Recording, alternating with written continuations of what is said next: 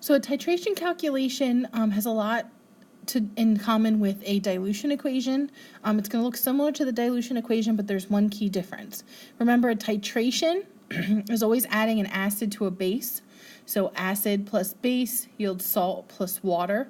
That is always the equation. You are basically taking the acid and the base and you are doing what we call neutralizing them.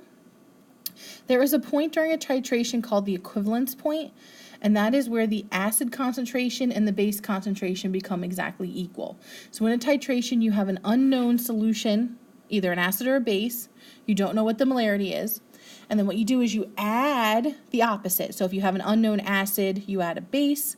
If you have an unknown base, you add an acid, and you add to that until the equivalence point is reached. Usually you're going to have an indicator that's going to change color once the pH equals that equivalence point. And at that point, since the concentrations of the acid and base are equal, you then can calculate the concentration of the unknown, whether it was the unknown acid or unknown base. So the equation for that is Ma, which is the molarity of the acid, times Va, volume of the acid, equals molarity of the base, Mb, times the volume of the base, Vb. The molarity unit is going to be molar here, big M, it has to be in molars. But the volume, again, the rule is it can be anything, milliliters, liters, etc., as long as it's the same. So let's look at number one. We have 25 milliliters of a sample of HCl. So I know that HCl, because it starts with an H, is an acid. So since I have 25 milliliters, I know that's Va.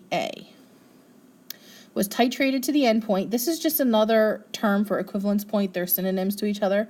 With 15 milliliters of 2 molar NaOH. Because of the NaOH, I know that is a base. So I have 15 milliliters, that's a volume of the base, of 2 molar. There's my M, my molarity of the base. What was the molarity of the HCl? So that would be the Ma, which is what we're solving for.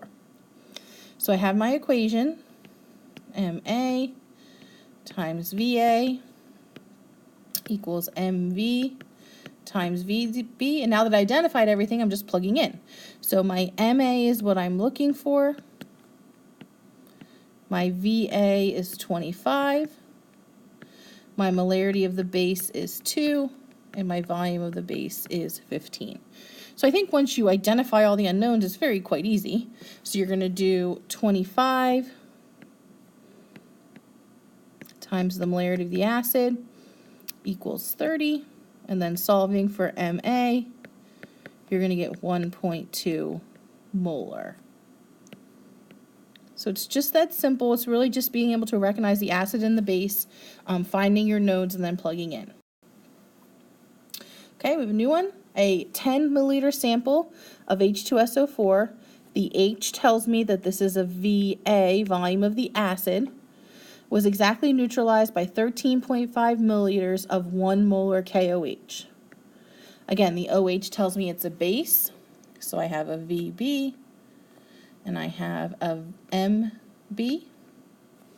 What is the molarity of the H2SO4? So again, I'm looking for Ma. So again, Ma is my unknown. My volume of the acid will be 10. Molarity of the base is 1, and volume of the base is 13.5. So we're going to get 10 times molarity of the acid, Ma, equals 13.5. So my final molarity of the acid is going to be 1.35 molar. Okay, and last one, how much 1.5 NaOH? NaOH tells me this is a base, so since it's in molar, this must be the Mb. And the question is how much? That's a measurement of amount, so I know that's going to be the volume of the base. That's what I'm looking for here, the volume of the base. It's necessary to neutralize 20 milliliters of 2.5 H3PO4. I have an H, it's an acid, so I have Va, and I have Ma, molarity of the acid. So now I just plug in. 2.5 times 20 equals 1.5 times volume of the base, which is what I'm solving for. So I'm going to get 50, and then 1.5 times volume of the base, and then I solve for volume of the base, and I get 33.3 milliliters.